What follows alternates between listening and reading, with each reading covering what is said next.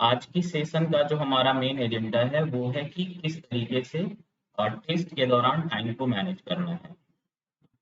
तो दो तीन चीजें यहाँ पे बताऊंगा।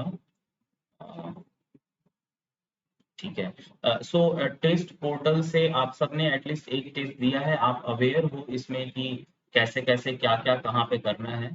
एक बार फिर से मैं शॉर्ट के लिए दिखा देता हूँ कि लेट्स से कि जैसे हमें कोई भी टेस्ट देना है, तो जैसे ही आप टेस्ट जब आप एग्जामिनेशन हॉल में जाओगे तो आपके सामने कंप्यूटर रहेगा जिसपे आपका नाम, रोल नंबर और आपके सब्जेक्ट डिस्प्ले हो रहे होंगे। ऑलरेडी पहले से ही वो ऑन रहेगा।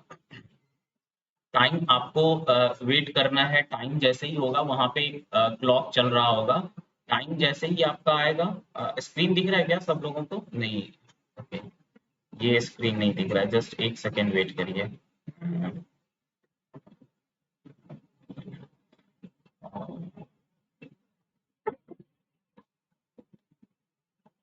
ठीक है।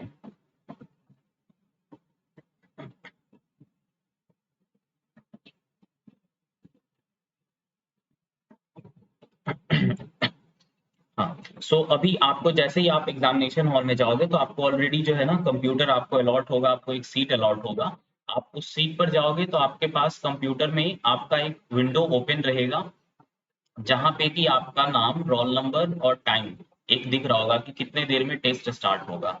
सो जितने भी फॉर्मेलिटीज हैं, जो इंस्ट्रक्शंस वगैरह हैं, वो सब आपके ऐसे डिस्प्ले पे चल रहे होंगे।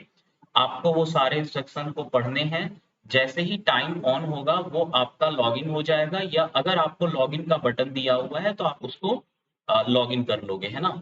आपको उसमें कहीं पे भी यूजर नेम, पासवर्ड वगैरह डालने की जरूरत नहीं पड़ेगी। आप जैसे ही आपका टाइम होगा या तो ऑटोमेटिकली एंटर हो जाओगे आप, या फिर यहाँ पे एक बटन होगा एंटर करने का, आप उसको क्लिक करोगे, आप एंटर हो जाओगे।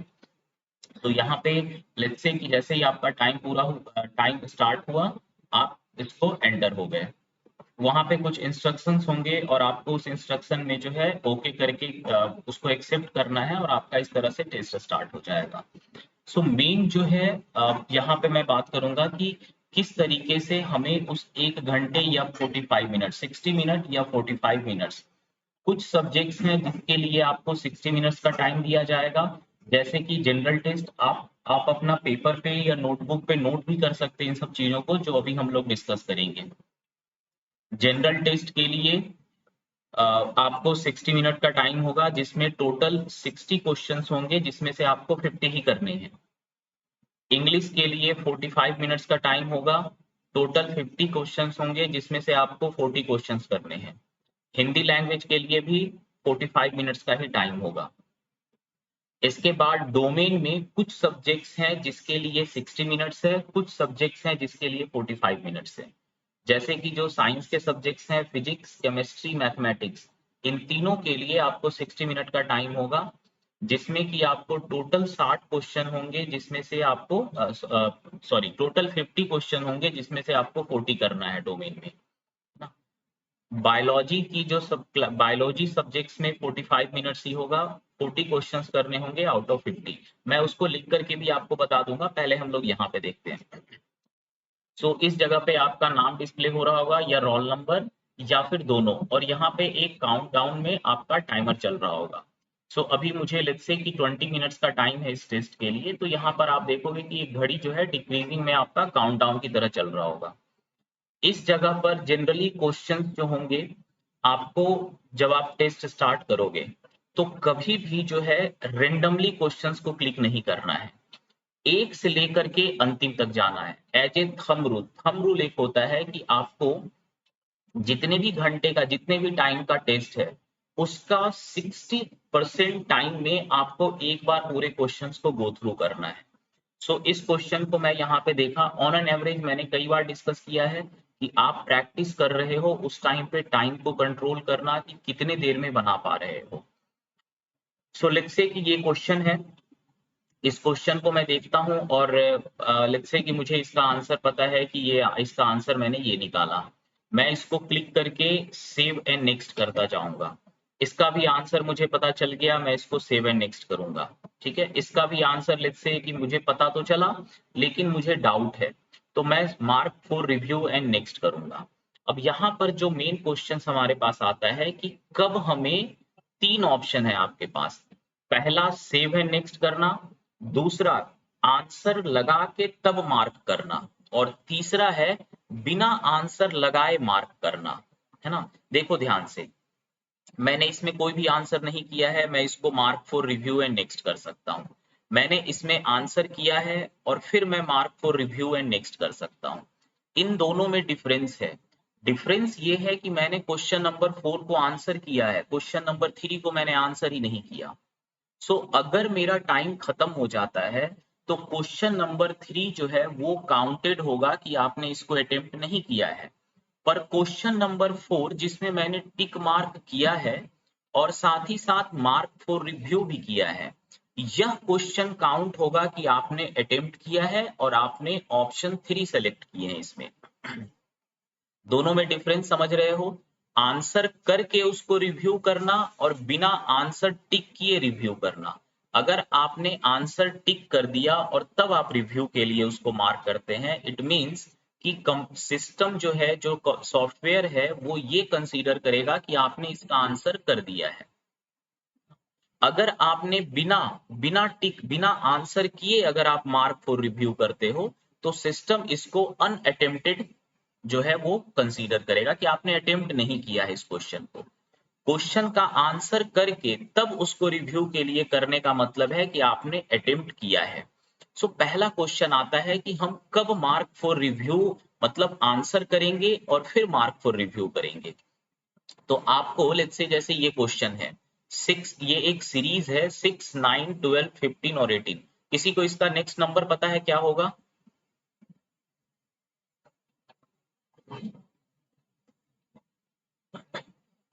क्या किसी को इसका आप कितना? 21। सो मान लो आपको 21 पता चल गया कि 21 आपने निकाला, आपको पता है। आप क्या 100% श्योर हो क्या 22 हो सकता है?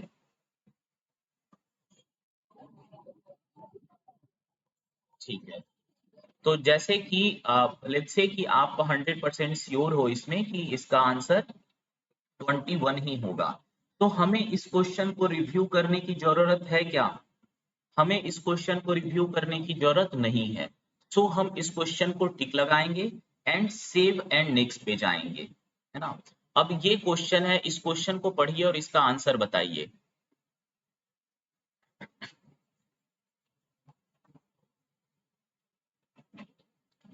कौन इसका आंसर बता सकता है?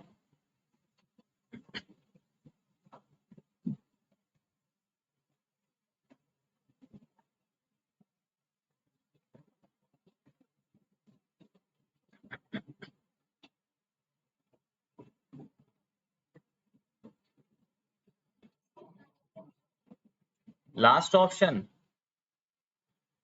एनी और कोई?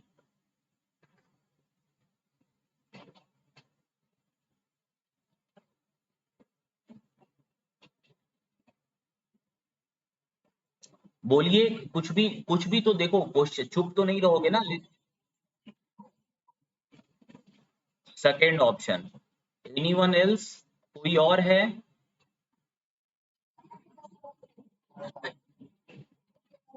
फर्स्ट लग रहा है। तो किनको फर्स्ट लग रहा है? रीत को? अच्छा, मानवी को भी लग रहा है। ठीक है। प्रियांशु बोलो, अनम्यूट करके बोलो बेटा। First option. सो चलिए मान लीजिए कि मुझे लग रहा है फर्स्ट होगा। क्या आप सब 100% श्योर हैं कि फर्स्ट ही होगा, या आपको थोड़ा सा डाउट है कि हो सकता है इसका सेकेंड हो या थर्ड हो? लेट्स से कि मुझे थोड़ा सा डाउट है, तो मैंने इसका आंसर किया, मुझे 80% या 70% लग रहा है कि फर्स्ट ही होगा। आई थिंक कि आप में से कोई ऐसा नहीं होगा जिसको 100% श्योर होगा कि इसका फर्स्ट ही होगा, जैसा पिछले क्वेश्चन में था। क्या मैं सही हूं इस जगह पे? सो अगर आपको 70% 80% आपको श्योर लग रहा है कि इसका फर्स्ट आंसर होगा, तो हम इसको क्लिक, अगर आपको ये क्वेश्चन का आंसर करना ही होता तो आप क्या करते? फर्स्ट करते तो हम इसका फर्स्ट आंसर क्लिक करके बट आप 100% श्योर नहीं है ना, आप इसको फिर से रिव्यू करना चाहते हैं, सो आप इसको mark for review and next करेंगे, है ना।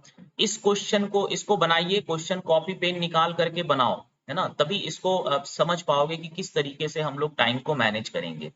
सो November is coded as REBMEVON and December is coded as this.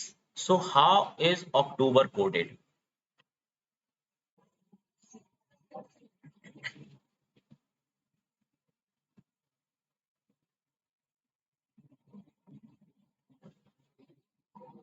Last option 100% sure हो आप?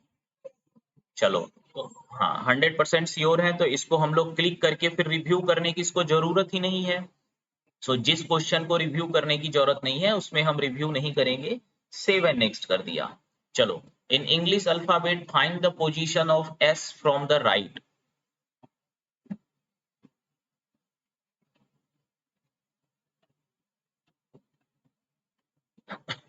कौन सा इसका आंसर होगा?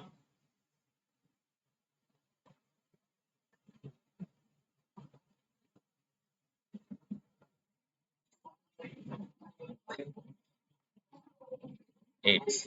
सब लोगों को 8 ही लग रहा है, आप 100% श्योर हैं तो हम लोग 8 क्लिक करके सेव एंड नेक्स्ट करेंगे। अब यहाँ पर देखो, how many triangles are there in the following figure. ये है टीडियस, थोड़ा सा इसमें कई लोगों को थोड़ा टाइम लग सकता है, आपको काउंट करना पड़ता है, ठीक है। अब इस क्वेश्चन को, अब यहाँ पे हमें टाइम मैनेजमेंट के बारे में हमें मेन सीखना है कि क्या इस क्वेश्चन को हम स्टार्टिंग में करेंगे, क्या हमें बाकी के जो 12 क्वेश्चन है उसे एक बार देख लेना चाहिए, क्योंकि ऐसा हो सकता है कि इस क्वेश्चन को करने में मुझे थोड़ा सा टाइम लगेगा और फिर गलती होने की चांसेस भी ज्यादा रहेंगी। तो हम इस क्वेश्चन को अभी नहीं बनाएंगे, अगर लास्ट में हमारे पास टाइम बचता है तो हम अटेम्प्ट करेंगे, नहीं तो छोड़ देंगे। ऐसा इसलिए करते हैं क्योंकि हो सकता है इसका अगला क्वेश्चन जो है वो 5 सेकंड में बन जाए, तो 5 सेकंड में हमें 5 नंबर मिल गया और इसे बनाने में 2 मिनट लग जाएगा और फिर भी चांसेस होगा कि हम गलत बना दे। सो ऐसे क्वेश्चन जो भी आपने जितना भी अभी तक पढ़ा है, आपको पता चल गया होगा कि किस टॉपिक से आपके क्वेश्चन बन रहे हैं, किस टॉपिक में आपका वीक है। अगर ये पता नहीं चला है तो फिर हम लोग कुछ नहीं कर सकते इसमें। आपने इतने दिन से पढ़ रहे हो, आपको एटलीस्ट ये आइडिया होना चाहिए कि किस ये क्वेश्चन मेरे से तुरंत बनेगा या नहीं बनेगा। इसीलिए बहुत जरूरी है कि आप टेस्ट को अटेम्प्ट करिए, क्योंकि जितने भी टेस्ट हैं उसमें हर चैप्टर से क्वेश्चन है। आपके एग्जाम में ऐसा हो सकता है कि कोई पर्टिकुलर चैप्टर से क्वेश्चन न रहे, ये पॉसिबल है, लेकिन हम लोग मॉक टेस्ट में हर चैप्टर से क्वेश्चन इसलिए देते हैं ताकि आपको एक आइडिया आए कि किस तरह के क्वेश्चन में मुझे टाइम इन्वेस्ट करना है और किस तरह के क्वेश्चन को स्किप करना है। ये बहुत जरूरी है, इसलिए जो चैप्टर इंपॉर्टेंट नहीं भी हैं मैंने उसके भी क्वेश्चंस डाले हैं आपको। तो अगर मान लो आपको लगता है कि इसमें थोड़ा मुझे टाइम लगेगा, so we will not waste any time कि इसको सॉल्व करो, बाद में हम देख लेंगे अगर टाइम मिलता है तो। हम इसको सीधे mark for review and next कर देंगे। इस क्वेश्चन में आप देखो इसका आंसर क्या होगा, मिरर इमेज है, सिंपल सा आंसर है, आसान सा, फर्स्ट होगा। और ये 100% श्योर हो, इसमें कुछ रिव्यू करने की जरूरत नहीं, सेव एंड नेक्स्ट करेंगे। John in the morning started walking towards north and then turns towards opposite side of the sun. Morning के समय पे वो नॉर्थ की तरफ मूव कर रहा है। आपने डायरेक्शन वाले टेस्ट में सर ने जो पढ़ाया होगा, आपको बताया होगा कि हमेशा हम ऊपर, जब आप पेज पे इसको बना रहे हो तो ऊपर की तरफ नॉर्थ एज्यूम करना है, नीचे की तरफ साउथ, राइट साइड पे ईस्ट और लेफ्ट साइड पे वेस्ट।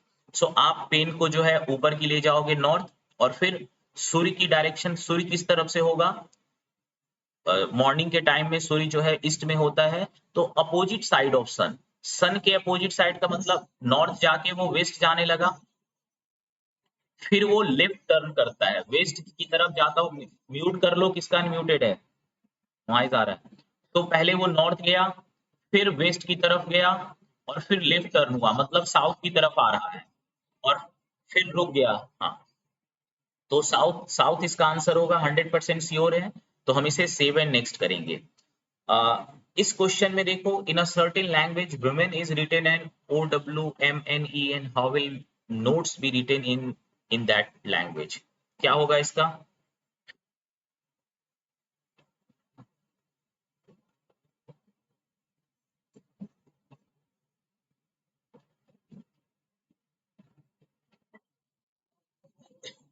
थर्ड नंबर, ठीक है।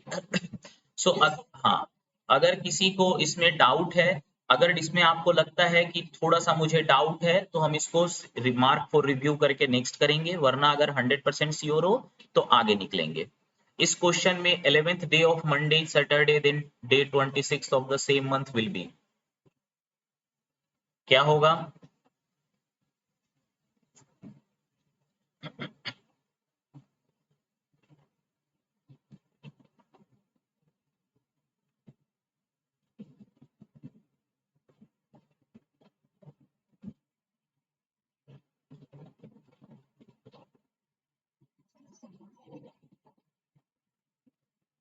क्या होगा? सैटरडे होगा, क्या होगा? और लग रहा है श्योर नहीं हो तो क्या करोगे इसमें?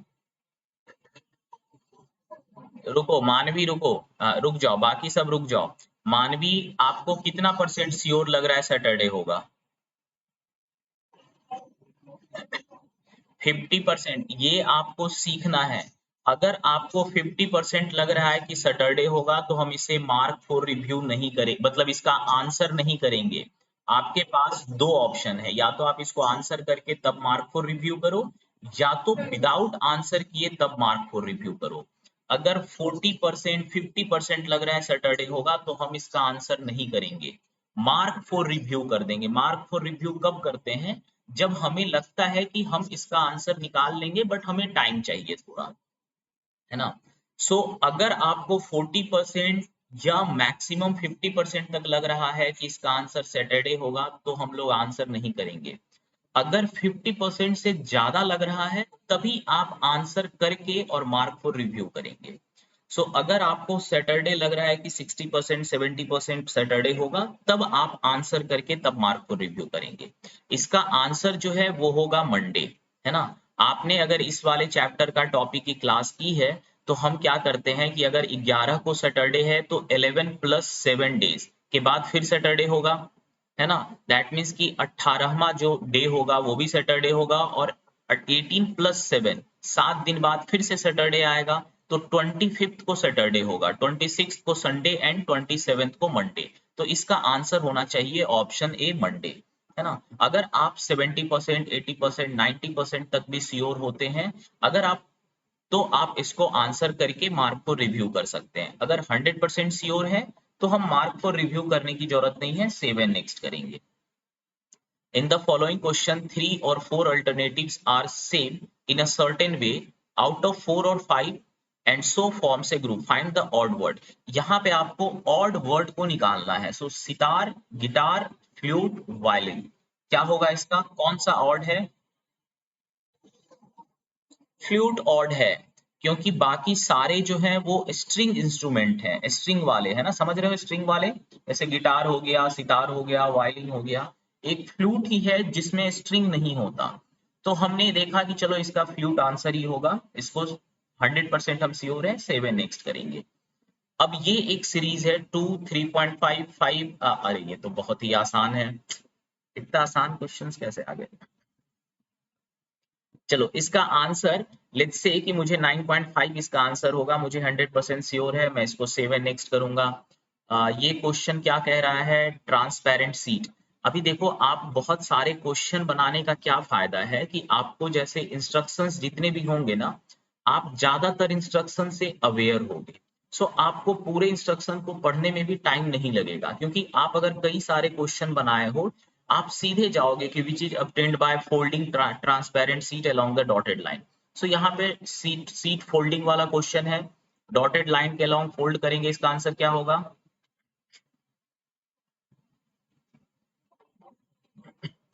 Option B. हमने ऑप्शन बी करके सेव एंड नेक्स्ट किया। अब देखो, जब आप क्वेश्चन कर रहे हो, आपको यहाँ पे घड़ी पे भी ध्यान रखना है। हमारे पास कितना टाइम बचा रह गया है? मात्र 2 मिनट। अब हम लोग बिल्कुल भी टाइम नहीं वेस्ट कर सकते हैं। सो थ्री और ये भी ऑड नंबर आउट करने का है। स्वीटनेस, एलिजेंट, ब्राइट, ब्यूटीफुल, क्या होना चाहिए इसमें? सबको लग रहा है स्वीटनेस होना चाहिए। चलो ठीक है, स्वीटनेस। अरे क्लिक क्यों नहीं होगा? अच्छा, उस क्वेश्चन में कुछ प्रॉब्लम है, चलो इसको देखते हैं। सीरीज सीरीज बनाना है, अच्छा ठीक है, ये कैसा क्या हो रहा है? क्या होगा इसका आंसर?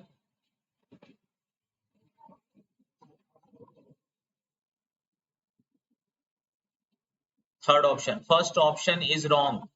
इसका आंसर होगा थर्ड ऑप्शन। ये एंटी क्लॉकवाइज रोटेट हो रहा है, सो इसका आंसर है थर्ड ऑप्शन।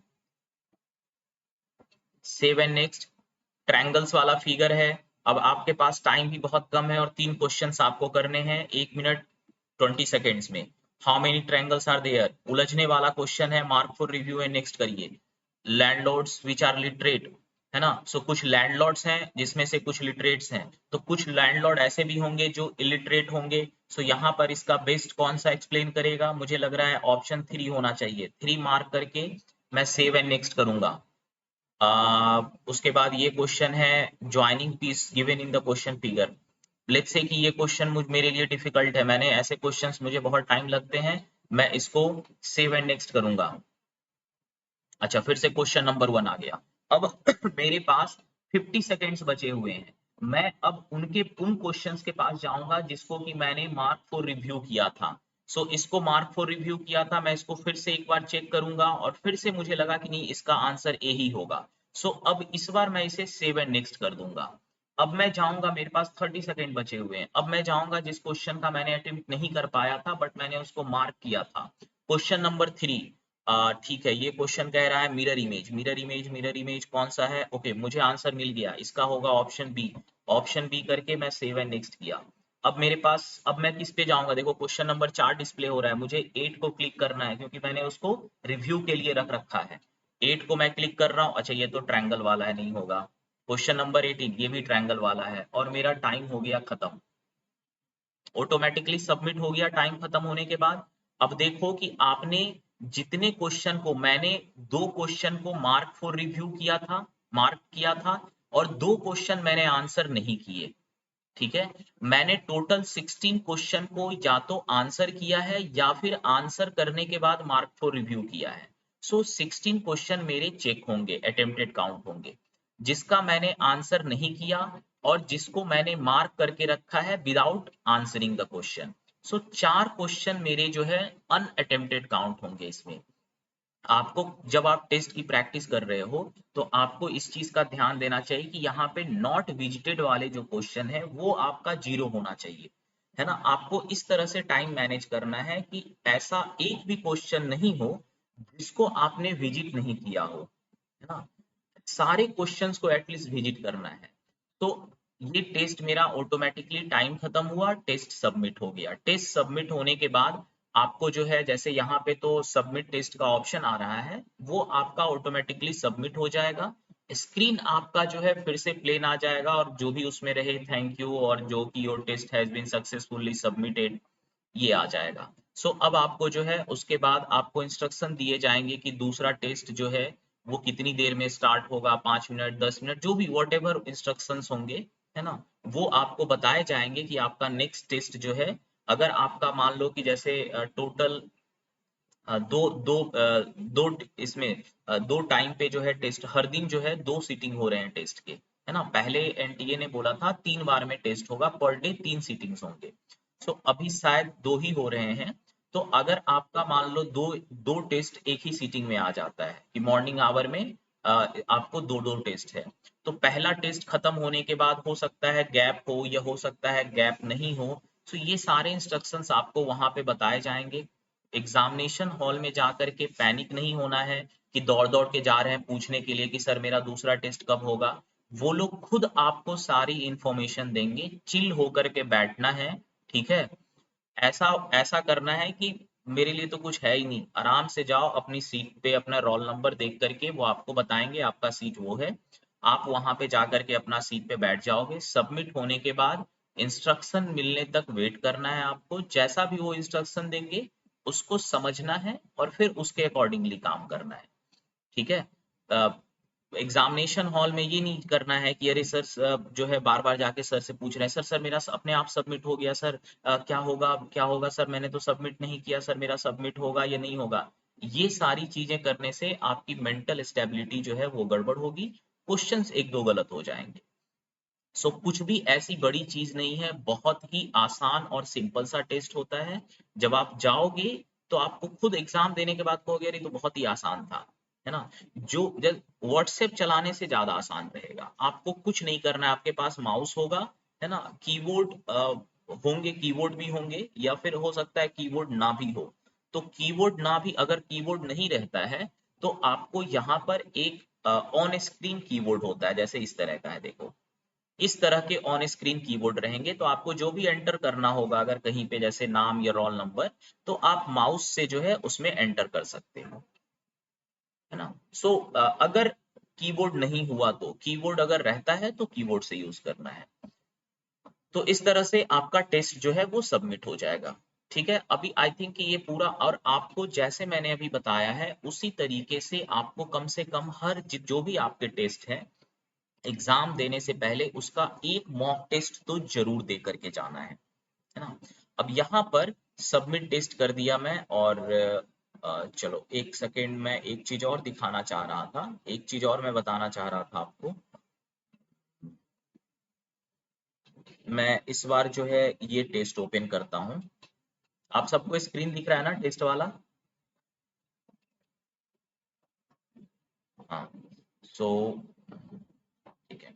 अब लेट्स से मैं एक चीज और जो मैं आपको बताना चाह रहा था, है ना, ड्यूरिंग द टेस्ट आपको क्या करना है। नेक्स्ट किया हमने, इंस्ट्रक्शन पे एग्री एग्री करके टेस्ट स्टार्ट किया। अब देखो मुझे 20 मिनट मिले हैं इस टेस्ट के लिए, तो मैं इसको इस तरीके से अटेम्प्ट करूंगा कि सारे क्वेश्चंस मेरे 12 मिनट, मैक्सिमम 12 मिनट में एक राउंड मेरा हो जाए। कभी भी एग्जामिनेशन में जब आप टेस्ट बना रहे हो ना, तो आपको ऐसा नहीं करना है कि आप स्टार्टिंग किए क्वेश्चन नंबर 1 से और एंड करते करते आपका टाइम खत्म हो जाए, ये गलती नहीं करनी है।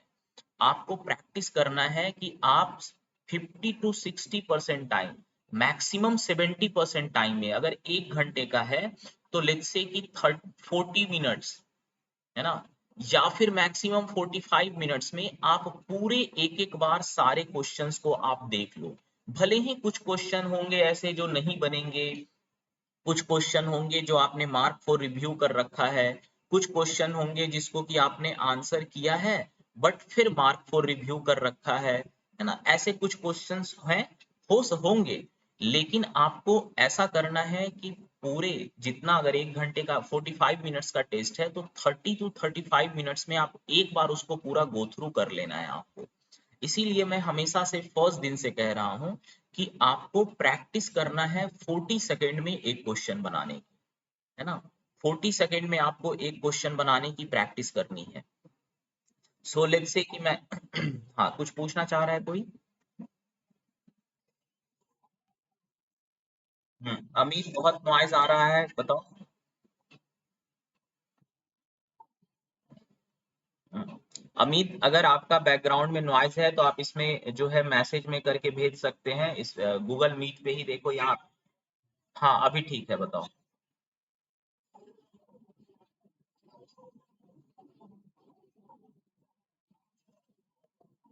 हाँ हाँ, नहीं, जब आपको देखो सीयूईटी में जैसे पिछले साल जो है सेक्शनल था, जैसे आपको क्या रहेगा कि ये टेस्ट जो जनरल एप्टीट्यूड टेस्ट का है, मैं आपको एक करके दिखाता हूँ, जनरल एप्टीट्यूड टेस्ट का ही दिखाता हूँ तब आप समझ पाओगे कि जैसे अगर आप जनरल एप्टीट्यूड टेस्ट का सिलेबस देखोगे तो उस सिलेबस में कोई सेक्शन नहीं दिया हुआ है। सिलेबस में कई सारे टॉपिक्स हैं बट उनको सेक्शन वाइज डिवाइड नहीं किया हुआ है ना। अगर सेक्शन वाइज डिवाइड होता है, जैसे आप देखो मैथमेटिक्स का सिलेबस, उसमें लिखा हुआ है कि इसमें 3 सेक्शन होंगे। पहला सेक्शन जो है वो हर बच्चे के लिए कंपलसरी है।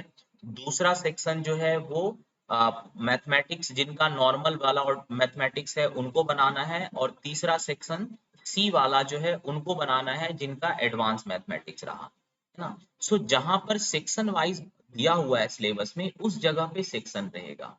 अगर आपको जनरल एप्टीट्यूड टेस्ट के सिलेबस में सेक्शन डिवाइड नहीं किया हुआ है, पिछले बार सेक्शन वाइज ही क्वेश्चंस थे, कि सेक्शन ए था यहाँ पे कि एप्टीट्यूड के क्वेश्चन, रीजनिंग के क्वेश्चन, जीके के क्वेश्चन, पर आपका यहाँ पे सेक्शन नहीं डिवाइड है, तो 90% चांस है कि आपके कोई सेक्शन नहीं होंगे।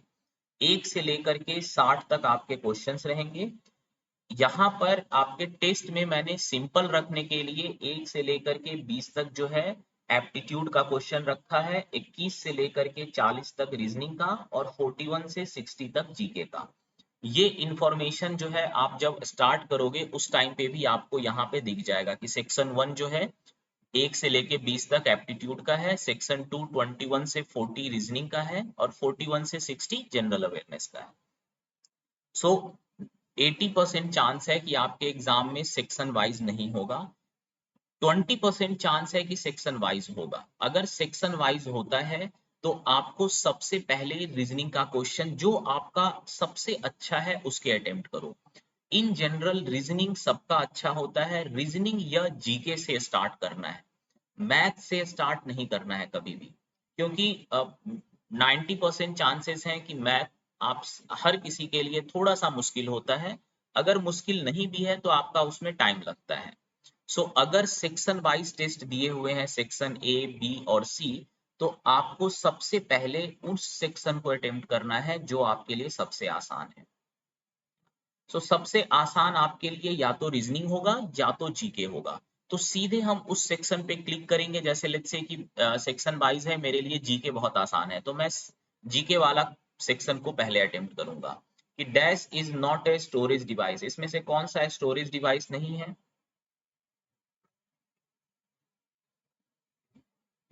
किसी को नहीं पता?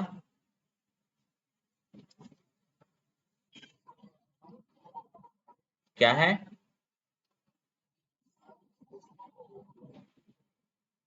आईपॉड पे क्या सब दो तीन एक साथ बोलते हो, कुछ समझ में नहीं आता। ठीक है, इसका आंसर होगा लिनक्स। लिनक्स एक, क्या स्क्रीन नहीं दिख रही है? अच्छा, एक मिनट। ओके, रुको, वेट करो।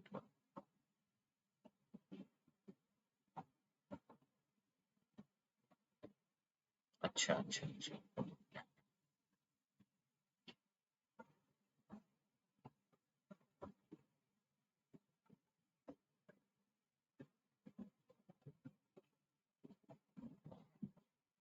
हाँ, अभी दिख रहा है स्क्रीन?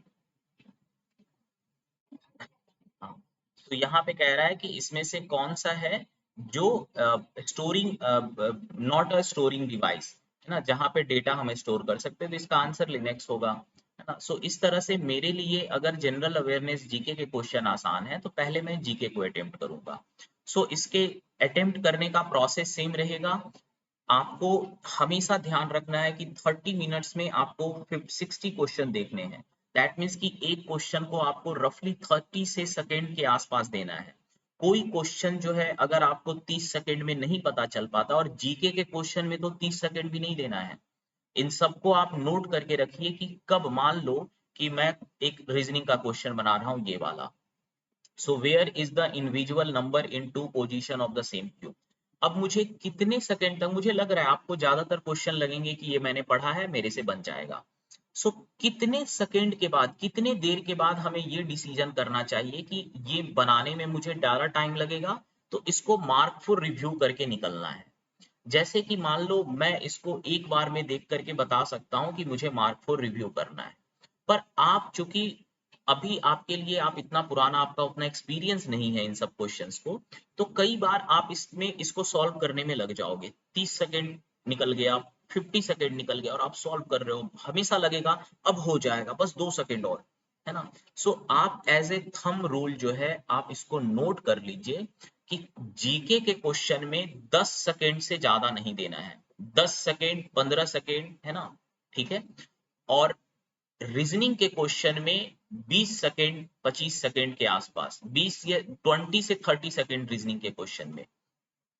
एप्टीट्यूड के क्वेश्चन में 30 टू 45 सेकेंड्स मैक्सिमम। सो आपको जीके के क्वेश्चन में 10 से 15 सेकेंड टाइम देना है, रीजनिंग के क्वेश्चन में 20 से 25 सेकेंड, मैथ्स के क्वेश्चन में 30 से 45 सेकेंड्स। ये आपका एक थंब रूल है ना। अगर आपको ये, और ये तब आपको देना है जब आपको लग रहा हो कि क्वेश्चन मेरे से बन जाएगा, मुझे आता है, आप अटेम्प्ट कर रहे हो। सो लेट्स से कि मैंने इस क्वेश्चन को, अब आप सोचोगे कि क्या हर 10 सेकंड तक घड़ी देखते रहेंगे कि 10 सेकंड हो गया अब मुझे छोड़ना चाहिए? नहीं। आप अपने टेबल पे जब आप टेस्ट दे रहे हो ना, तो आप एक नॉर्मल वॉच लगा के रखो, ठीक है, और उसमें आप ध्यान देते रहो, ठीक है।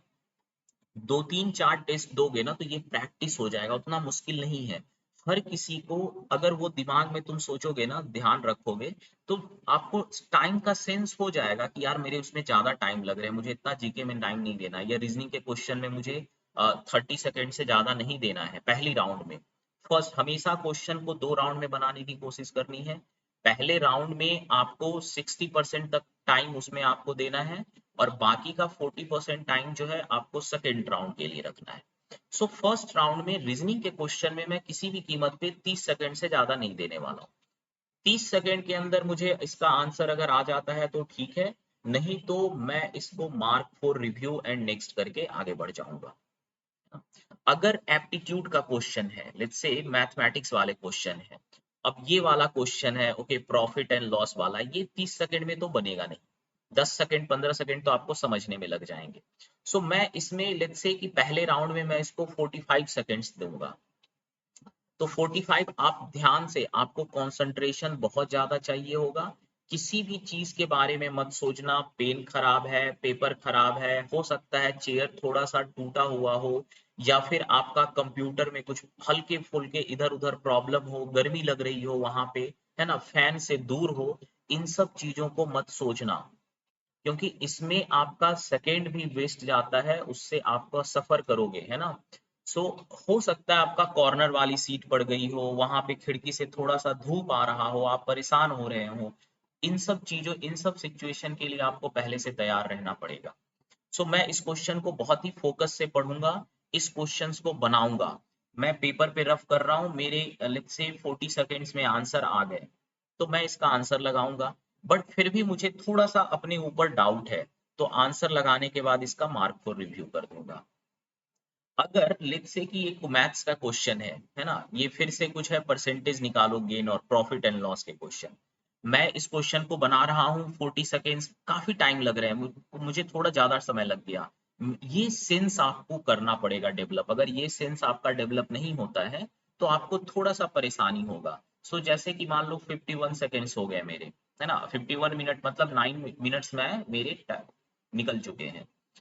तो मैं इस क्वेश्चंस को बनाऊंगा, मुझे अगर सेंस हो रहा है कि ठीक है मेरे को ज्यादा टाइम लग रहा है इसमें, तो मैं इस क्वेश्चन को क्या करूंगा, mark for review and next कर दूंगा ना। आप इसीलिए हमेशा हम कहते हैं हम लोग कि किसी भी सेक्शन को या टेस्ट को स्टार्ट करो तो क्वेश्चन नंबर 1 से स्टार्ट करो, कहीं कहीं से मत स्टार्ट करो। क्या इसका नुकसान है कि अगर आप क्वेश्चन नंबर 13 से स्टार्ट करते हो और आपने इसका आंसर कर दिया, आपके पास ऑप्शन मार्क की answer save and go before नहीं होता है। जब भी आप इसको क्लिक करोगे ये क्वेश्चन अपने आप नेक्स्ट वाले पे जाएगा। सो अब आपको नेक्स्ट पे, ये क्वेश्चन 14 पे चला गया, अब आपको 12 अटेम्प्ट करना है, तो फिर से एक क्लिक आपको एक्स्ट्रा करना पड़ जाता है। इस एक एक्स्ट्रा क्लिक से बचने के लिए हम लोग हमेशा स्टार्टिंग से शुरू करते हैं। इसका फायदा क्या है, इस क्वेश्चन को आप आंसर करके सेव एंड नेक्स्ट, एक बटन से 2 काम हो जा रहा है, आंसर भी हो जा रहा है पहले क्वेश्चन का, और मैं दूसरे क्वेश्चन पे मूव भी कर जा रहा हूँ। इसीलिए किसी भी सेक्शन की जो शुरुआत करनी है वो स्टार्टिंग से करना है, ठीक है। सो आई होप कि ये चीज जो है मैंने आपको सारी चीजें बताई हैं। बस ध्यान रखना है कि टाइम का सेंस जो है आपको हो जाना चाहिए थ्रू प्रैक्टिस। एग्जाम हॉल में आप बार बार यहाँ पे घड़ी देखोगे कि अच्छा मेरे 1 मिनट हो गए, 15 सेकेंड हो गए, तो आपका गड़बड़ हो जाएगा। इससे आपका फोकस लूज होगा और साथ ही साथ आपका टाइम वेस्ट होगा। सो ये टाइमिंग का सेंस टेस्ट को हम लोग दो पर्पस से देते हैं। देखो, मॉक टेस्ट का पर्पस तुम्हारे रिजल्ट निकालना, तुम्हारा रैंकिंग बताना, ये सब नहीं है। मॉक टेस्ट का दो पर्पस होता है। पहला ये कि आपको ये पता चल जाए कि किस तरह के, किस चैप्टर, किस टॉपिक के क्वेश्चंस आपके ज्यादा जल्दी बनते हैं, किस टॉपिक में आपको प्रॉब्लम होती है। ये आप दो भी मॉक टेस्ट दोगे ना, 2 या 3 मॉक टेस्ट दिए हर सब्जेक्ट के, तो आपको पता चल जाएंगे। सो पहला पर्पस है कि आपका कौन सा टॉपिक स्ट्रांग है, कौन सा वीक है। सो इससे आपको फायदा क्या होगा कि जो आपका टॉपिक मान लो वीक है, ऐसे टॉपिक के अगर क्वेश्चन आए, लेट्स से कि how many numbers up to 100 are divisible by 7, ये टॉपिक मेरा वीक है ना, और ये मैंने टेस्ट दे रखा है इसलिए मुझे पता है, तो मैं इस क्वेश्चन को अटेम्प्ट ही नहीं करूंगा पहले। पर बन जाएगा मेरे से, लेकिन मेरा वीक है, मैं इसमें स्लो हूं, मैं इसको mark for review and next करूंगा। अब एलसीएम एचसीएफ आया और ये तो मेरा फेवरेट टॉपिक है ना, इसमें तो मुझे बनाने ही बनाने हैं, मैं इसको अटेम्प्ट करूंगा। ये फायदा होता है, आपको पता चलता है मॉक टेस्ट से कि किस टॉपिक के क्वेश्चंस आपको जब पहले अटेम्प्ट करने हैं, किसको बाद में अटेम्प्ट करने हैं, पहला चीज। दूसरा, आपको टाइम का सेंस आता है ना, कि आपको एक क्वेश्चन बनाने में कितना टाइम लग रहा है ना, ये चीज आपको आता है इससे। सो ये बहुत इंपॉर्टेंट है कि आप जो है मॉक टेस्ट दे करके इन दो चीजों को सीखिए कि कैसे टाइम को मैनेज करके प्रैक्टिस करना है, और दूसरा कि कौन से टॉपिक के क्वेश्चंस आपसे बन रहे हैं, कौन से टॉपिक में आपको टाइम लग रहा है और किसके गलत हो रहे हैं। टेस्ट देने के बाद जब मान लो कि मैं यहाँ पे सबमिट टेस्ट करता हूँ, फिर सबमिट टेस्ट पे गया, डिटेल एनालिसिस रिपोर्ट पे जब मैं जाता हूँ, इसके बाद मैं यहाँ पे अपने टेस्ट के स्कोर वगैरह को देख सकता हूँ, है ना। इस टेस्ट का मैं यहाँ पे देख रहा हूँ। अगर आपको अपना सारे टेस्ट का देखना है तो आप रिपोर्ट पे जा करके, रिपोर्ट पे जब आप क्लिक करोगे तो आपने जितने भी टेस्ट दिए हैं ना, सबका दिख जाएगा। लेट्स से कि मैंने टेस्ट 2 का या इसका देखना चाहता हूँ, मैं टेस्ट 12 जनरल टेस्ट, अच्छा उसका भी ना देख करके किसी, हाँ इसको देखते हैं। टेस्ट 6 को हम लोग एनालिसिस करते हैं। मैं यहाँ पे व्यू पे जाऊंगा, इसको क्लिक करने पे आपको इस टेस्ट का, टेस्ट 6 का डिटेल एनालिसिस दिखेगा। मैंने 4 क्वेश्चन छोड़ दिए थे, 4 क्वेश्चन मेरे गलत हो गए और 12 क्वेश्चन मेरे सही हुए। इसमें आप ओवरव्यू पे जाओगे तो एक एक क्वेश्चन आपको दिखाएगा कि मैंने इसके क्वेश्चन ए ऑप्शन मारे थे, बट इसका करेक्ट आंसर बी होगा। फिर दूसरा क्वेश्चन जो है, तो आपको यहां से क्या पता चलेगा कि अच्छा मेरा वाटर इमेज वाला क्वेश्चन बार बार हर टेस्ट में मेरा गलत हो रहा है, तो आपको पता चलेगा कि वाटर इमेज वाला जो है आप उसमें मिस्टेक कर रहे हो, है ना। फिर मैं क्वेश्चन 2 में देखूंगा, अच्छा ये भी वाटर इमेज है और ये भी मेरे गलत हुए हैं। सो इससे मुझे क्या सीख मिलेगी कि मेरे वाटर इमेज में मुझे प्रॉब्लम हो रहा है। ऐसे टॉपिक को मैं नोट करूंगा, और इस तरह के टॉपिक को अगर आपको डाउट है होगा तो आप इसके जो भी आपने आपके बुक्स हैं उसमें दिया हुआ है उसको जाके रिवाइज करिए। अगर दिक्कत होता है तो आप हमारे पास आकर के पूछिए। इसके बाद मैं लेट्स से कि ये mirror image, so mirror image वाले मेरे क्वेश्चन सही हुए हैं, वाह, है ना। और भी एक मिरर इमेज का क्वेश्चन था, वो भी लेट्स से कि हमारा सही हुआ। तो मुझे ये चीज पता चलेगा कि मिरर इमेज में कर पा रहा हूँ, वाटर इमेज में मेरा फंस जा रहा है। सीरीज के क्वेश्चन मेरे सही हुए, चलो ठीक है ना। ये वाला जो क्वेश्चन था, ये फिगर वाला, ये देखो हमने ए मारा था, कई लोगों ने बोला था इसका ए होगा, पर डाउट आप सबको था और ये हो गया गलत, है ना। सो इसका आंसर डी है।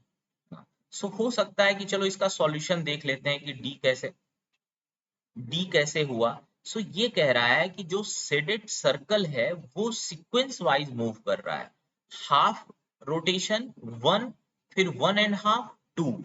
सो ये देखो ध्यान से, यहां से अगर एक डिस्टेंस होगा तो इस कॉर्नर से इस कॉर्नर पे आ जाएगा, बट ये हाफ ही मूव किया, यहां से हाफ डिस्टेंस मूव किया। फिर इस जगह से हाफ इस कॉर्नर तक और हाफ इस कॉर्नर तक 1 डिस्टेंस मूव किया। फिर इस जगह से 1 यहां तक, हाफ यहां तक और फिर यहां तक 3, मतलब 1.5 मूव किया, यहां आ गया। तो इस बार 2 मूव करेगा, तो हाफ, 1, 1.5, 2 इस जगह पे आएगा। समझ रहे हो लॉजिक? इसके सॉल्यूशन को देख करके लॉजिक समझ पा रहे हो? एंटी क्लॉकवाइज मूव कर रहा है। सो अगर आपके लॉजिक किसी भी क्वेश्चन का सॉल्यूशन नहीं समझ में आता है तो आप उसको मैसेज करके या आप क्लास में जब आते हो तो पूछो उसके बारे में। सो ओके, मुझे ये चीज समझ में आया कि मुझे सिर्फ ये देखना है कि कितना डिस्टेंस ये मूव कर रहा है। चलो, अब ये मेरे जो है कोडिंग वाले क्वेश्चन सही हुए, चलो ठीक है। इंग्लिश अल्फाबेट ये भी सही हो गया।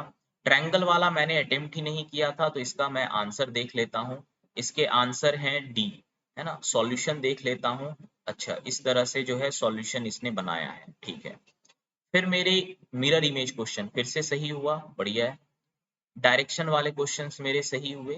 सो इस तरीके से आपको एनालिसिस करना है, सिर्फ टेस्ट नहीं देना है, टेस्ट देने के बाद एनालाइज भी करना है उसको। सो आप 5-5 टेस्ट मिनिमम सारे सब्जेक्ट्स के हैं। अगर आप 5 नहीं कर पाते हो कोई प्रॉब्लम नहीं है, आप 2 टेस्ट को ही अच्छे से दो और उसको अच्छे से एनालाइज करो, ये ज्यादा इंपॉर्टेंट है, ठीक है।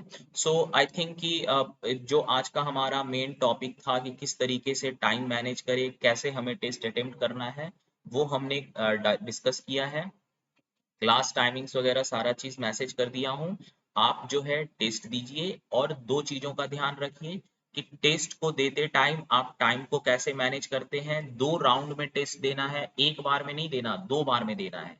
सो 2 बार में देने के लिए एक थंब रूल होता है कि अगर 60 मिनट का टेस्ट है तो पहला राउंड आपके 40 मिनट्स में कंप्लीट हो जाने चाहिए। अगर आपका बहुत वीक है, मान लो आपकी प्रिपरेशन बहुत अच्छी नहीं है, तो आपका 40 मिनट से वो ज्यादा भी हो सकता है। एट एनी कॉस्ट 45 मिनट से ज्यादा नहीं देना है ना। सो 45 मिनट्स के बाद हमारे पास 15 मिनट टाइम बचेगा जिसमें हम उन क्वेश्चंस को देखेंगे जो हमने मार्क फॉर रिव्यू कर रखा था, जो हमसे नहीं बना था बट हमने उसको मार्क फॉर रिव्यू कर रखा था कि ये मैं बाद में बनाऊंगा। सो यहाँ पर मैं आपको फिर से एक दूसरा स्क्रीन शेयर कर रहा हूँ जहाँ पे मैं कुछ लिख करके आपको बताने वाला हूँ कि किस तरीके से हमें जो है किस तरीके से मार्क फॉर रिव्यू। हाँ, एक सेकेंड, जस्ट एक सेकेंड होल्ड करना।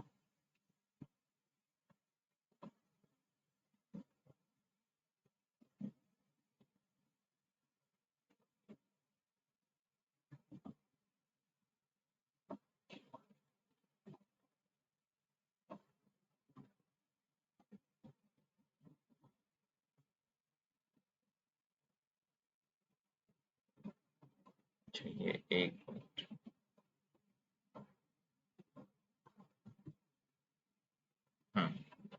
अभी आपको स्क्रीन दिख रहा है?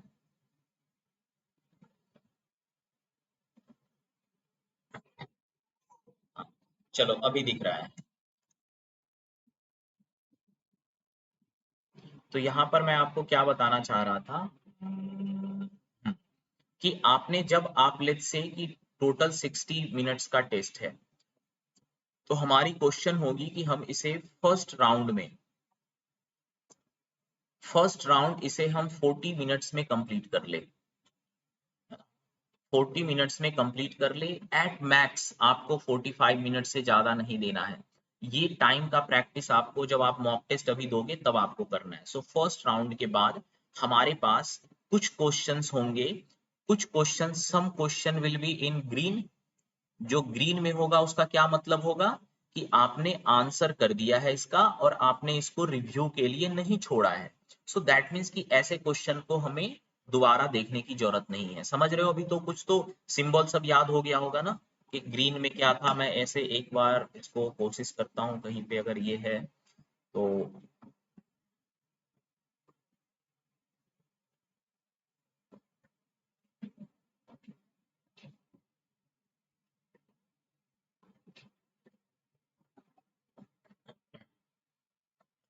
इसको जो हमारे सिंबल्स क्या क्या थे, मतलब किस किस कलर का था। हाँ, यहाँ पे आ गए।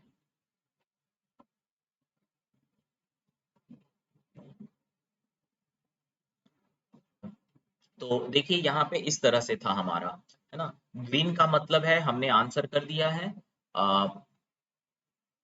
रेड का मतलब है हमने आंसर नहीं किया। मार्क किया है एंड आंसर्ड एंड मार्क को रिव्यू किया है, और ग्रे का मतलब है कि हमने विजिट ही नहीं किया। सो कुछ क्वेश्चंस आपके ग्रीन में होंगे, कुछ क्वेश्चन आपके रेड में होंगे, कुछ क्वेश्चन आपके वायलेट कलर में होंगे, कुछ question violet colour and tick mark में होंगे, और कुछ क्वेश्चन ग्रे में होंगे। सो ग्रे वाला क्वेश्चन आपका बिल्कुल नहीं होना चाहिए, है ना, ये नहीं होना चाहिए, क्योंकि आपको ऐसे एक भी क्वेश्चन ना हो जो आपने देखा ही नहीं हो, ऐसे क्वेश्चन नहीं होना चाहिए, इसको आप प्रैक्टिस करिए। सो मेनली आपके पास ये 4 तरह के क्वेश्चन होंगे। इसमें रेड वाले का मतलब है कि आपने उस क्वेश्चन को देखा है और आप उसको मार्क फॉर रिव्यू भी नहीं किए हो, ना ही आपने आंसर किया, दैट मीन्स कि वो आपसे नहीं बनेगा। वो एक ऐसा क्वेश्चन था जिसके बारे में आपको कुछ आइडिया नहीं है, तो आपने उस पर टाइम वेस्ट न करके आप उसको स्किप कर गए, आगे बढ़ गए। सो रेड वाले क्वेश्चन को देखने से कोई फायदा नहीं। ग्रीन वाला जो आपने आंसर कर दिया है इसको भी देखने से फायदा नहीं, क्योंकि आप इसमें 100% श्योर हो। अब आपको बचता है दो, एक वायलेट और एक वायलेट टिक मार्क। अब क्वेश्चन है कि इस दोनों में से पहले किसको विजिट करेंगे, after in the second round, हमारा सेकेंड राउंड में हम किस किस क्वेश्चन को विजिट करेंगे। सो सेकेंड राउंड में आपको इन जनरली, मैं बहुत सारे एग्जाम जहां पे नेगेटिव मार्किंग हाई होता है, ज्यादा होता है, जैसे कि 1/3 अगर नेगेटिव मार्क्स है, तब हम लोग सजेस्ट करते हैं कि आप इन क्वेश्चन को जिसका आपने आंसर किया है पर आपने रिव्यू के लिए छोड़ रखा है, इसको विजिट करिए। लेकिन आपके जो नेगेटिव परसेंटेज है, नेगेटिव मार्किंग है, वो 1/5 है। दैट मीन्स कि आपको नेगेटिव होने से आपकी नुकसान कम है, बनाने से आपको रिवॉर्ड ज्यादा है। 5 नंबर मिल रहा है पॉजिटिव अगर आपने सही बना दिया, और 1 नंबर जा रहा है आपका नेगेटिव। सो रेशियो इज 20% ही आपका नुकसान है।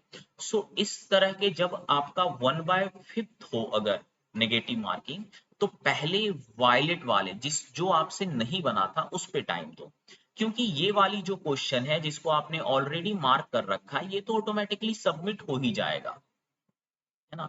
और चूंकि आपको 60-70% आप श्योर हो कि इसका आंसर आपने सही लगाया है, तो चांसेस हैं कि इसमें आपको 5 मार्क्स मिल जाएंगे। अगर मान लो किसी कारण बस 30% में वो गलत भी होता है तो कोई बात नहीं, -1 ही हमारा जाएगा। लेकिन अगर जो क्वेश्चन आपने आंसर नहीं किया है बट आपको वो आपसे बन जाएगा, अगर आप उसको सही बना लेते हो बचे हुए टाइम में, तो आपको रिवार्ड में 5 मार्क्स मिलेंगे। सो आपका 1/5 नेगेटिव है, तो सेकेंड राउंड में आपको जो है वायलेट वाले क्वेश्चंस, जिसका कि आपने नॉट आंसर्ड किया था, आंसर नहीं किया था, बट आपने उसे मार्क फॉर रिव्यू के लिए रखा है, not answered but mark for review.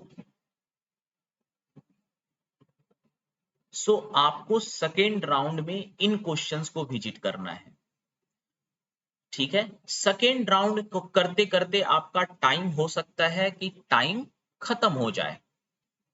So time खत्म हो गया तो फिर चलो कोई बात नहीं, टाइम ही खत्म हो गया। अगर सेकेंड राउंड में आपने सारे क्वेश्चंस वायलेट वाले को जो है आपने देख लिया, तो अब ये आपका वायलेट वाला जो है विदाउट आंसर्ड, ये आपका खत्म हो जाएगा। आप इसमें जितने भी क्वेश्चंस थे उसको आप दो चीजें होंगी उसमें, या तो आप उसका आंसर कर दोगे विथ 100% श्योरिटी, दैट मीन्स कि वो कैसा हो जाएगा, ग्रीन हो जाएगा, या फिर आपने उसको आंसर करोगे बट आपको फिर भी उसमें डाउट रहेगा, है ना। सो ये आपका वायलेट विथ टिक मार्क रहेगा। अगर आपको फिर भी टाइम बच जाता है, लेट्स से फिर भी आपका टाइम बच गया, आप थर्ड राउंड में अगर आप जाते हैं, हालांकि आप में से किसी का भी ऐसा नहीं होगा, क्योंकि थर्ड राउंड में बनाने का मतलब है बहुत खतरनाक लेवल का प्रैक्टिस होनी चाहिए, है ना। 20-30-40 मॉक टेस्ट जो बच्चा देगा वही तीसरे राउंड तक पहुंच पाता है। सो अगर आपने उसी टाइम में, आप थर्ड टाइम पे अगर आप तीसरी बार अगर आपको करने का मौका मिलता है, तो हमने इसे नहीं देखना है वापस, इसे नहीं देखना है।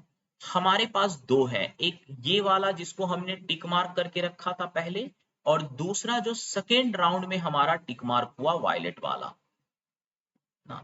सो हम पहले राउंड में जो हमने टिक मार्क करके आंसर कर दिया था बट हमने उसको रिव्यू के लिए मार्क किया था, हम उसे पहले चेक करेंगे।